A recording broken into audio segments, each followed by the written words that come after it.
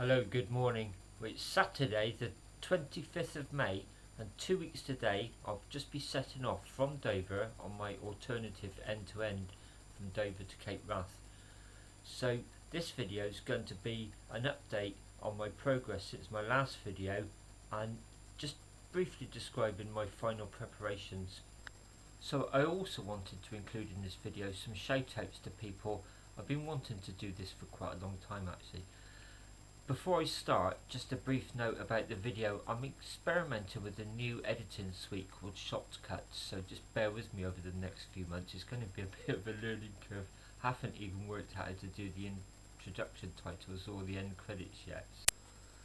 After my last video, which was my first 400km of the season, called Get Out of Jail, soon after that I rode a calendar event. It's one of my favourites actually, the Heart of England from Cirencester. So I rode up to Cirencester on the Friday before, stayed in the hall overnight, rode the event itself, and then stayed in the hall afterwards and rode home on the Sunday. Made a whole weekend of it. It was Easter weekend, weather was absolutely scorching, it's fantastic. So my first shout out, I rode quite a bit that ride with Bob from Oxford. He's a YouTube video. So I just want to sort of say, Bob, you're a fantastic company and I really enjoyed the day. I hope we get to ride again together sometime. I really did enjoy your company. Then the following week I rode my second 400km ride of the season. This is part of my big endurance build up ready for the end to end. And this one left Bath, heading up to Tewkesbury for breakfast, across to Llandovery in mid Wales for my evening meal, and then back through the Brecon Beacons during the night. I planned to bivvy on it just to avoid getting home too early in the morning to disturb my wife Linda, and then on back to my house in Bath for early morning, say 7-8 o'clock in the morning, more sociable time to arrive home. So this is my second shout out. On the advice of YouTube followers Gareth and George, I actually decided in the end to buy a Schnozzle pump up bag for my X-Ped sleeping mat and my X-Ped pillow. I was aware of the Schnozzle pump-up bag. In fact, I saw an old axe rider called Marcus at the hall in Cirencester using one, and he showed me how it worked. And then soon after, Gareth and George on the YouTube channel both suggested getting one, and I decided to take their advice.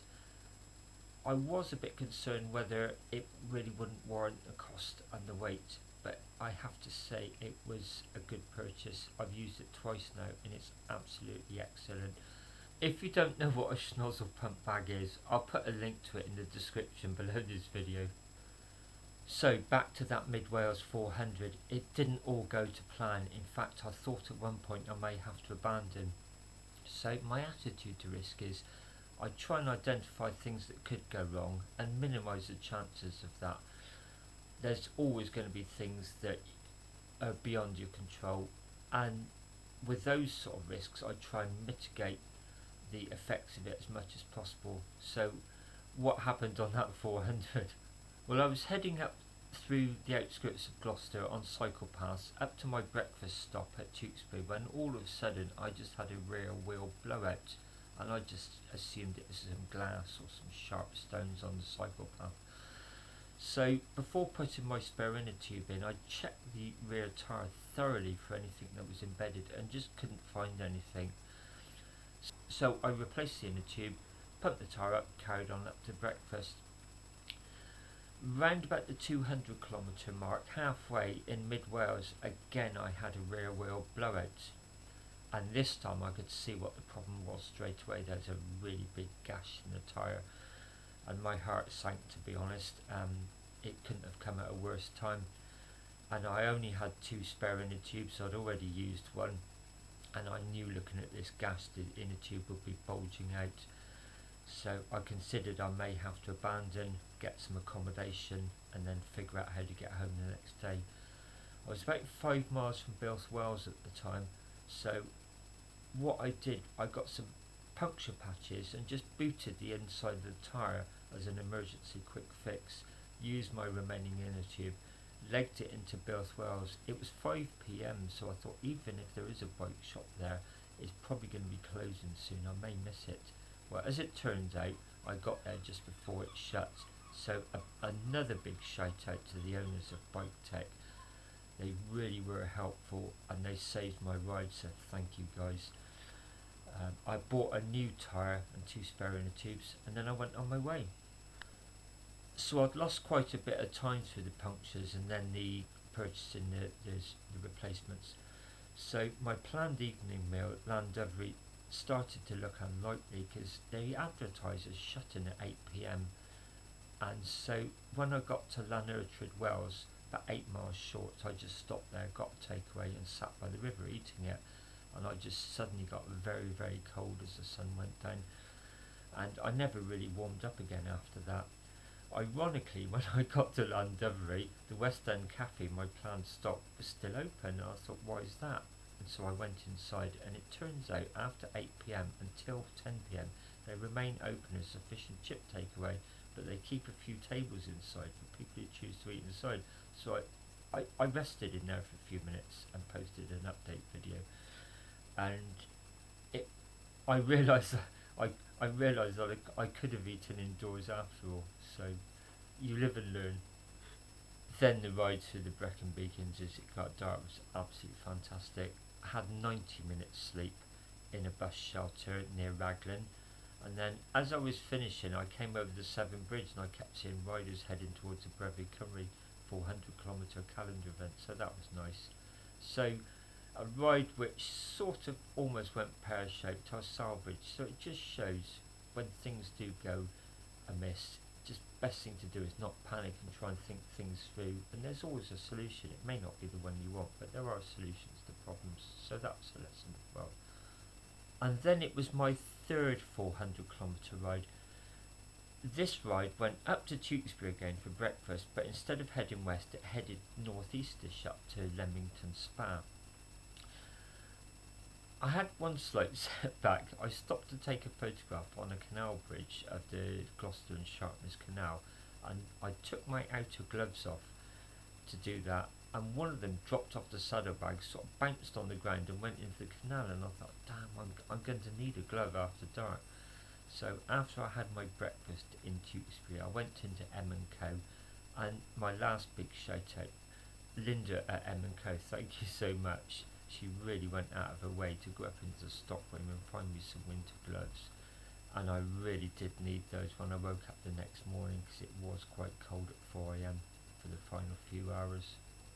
So on that ride, around the 200km mark, I remember thinking, wow, on my 200s during the end-to-end, this would be my finish for the day. I remember thinking, I'm ready, my endurance build-up is actually complete now. I can't really explain why, it's just a really, really strong instinct.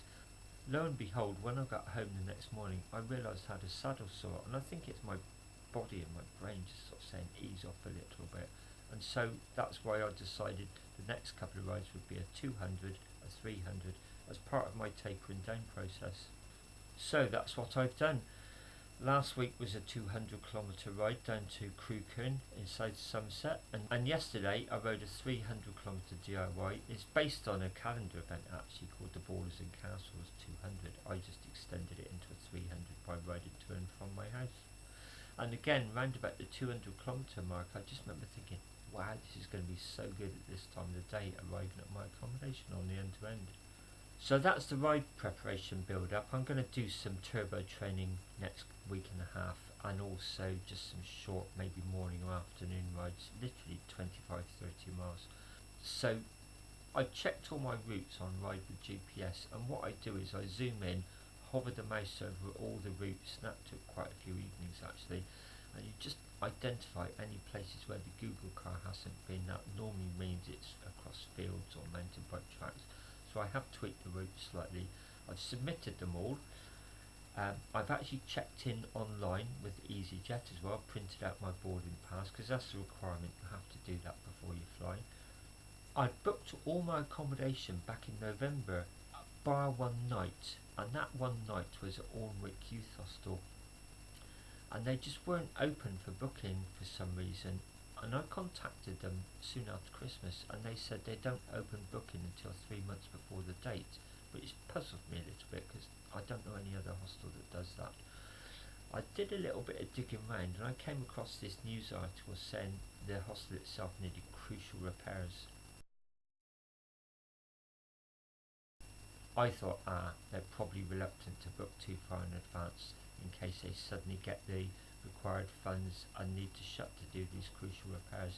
So I just went ahead and booked a bed and breakfast for that night. Ironically, it's about 200 yards from the youth hostel, so all my accommodation is now booked and paid for. So that's all my ride and planning preparation. I have a cheap pay-as-you-go mobile phone, and I do intend to post some YouTube updates each evening when I get to my accommodation, because they should all have Wi-Fi access. So hopefully the next video post will be the update from my first day on the end-to-end. Until then, thanks very much for watching and see you soon.